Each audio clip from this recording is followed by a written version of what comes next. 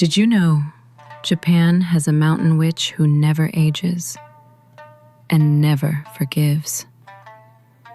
They call her Yamamba. A hiker once got lost in the snowy ranges of Niigata, cold, starving, until he found a tiny cabin.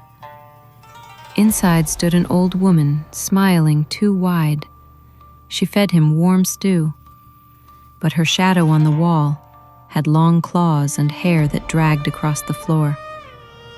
When he blinked, she was closer. When he blinked again, she was younger.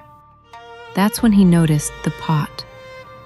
Bones, human bones, simmering beneath the broth.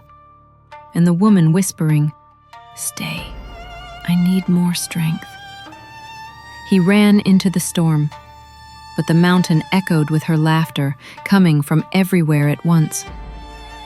They say hikers still hear it at night, and if you follow the sound, you become the next meal that keeps her young.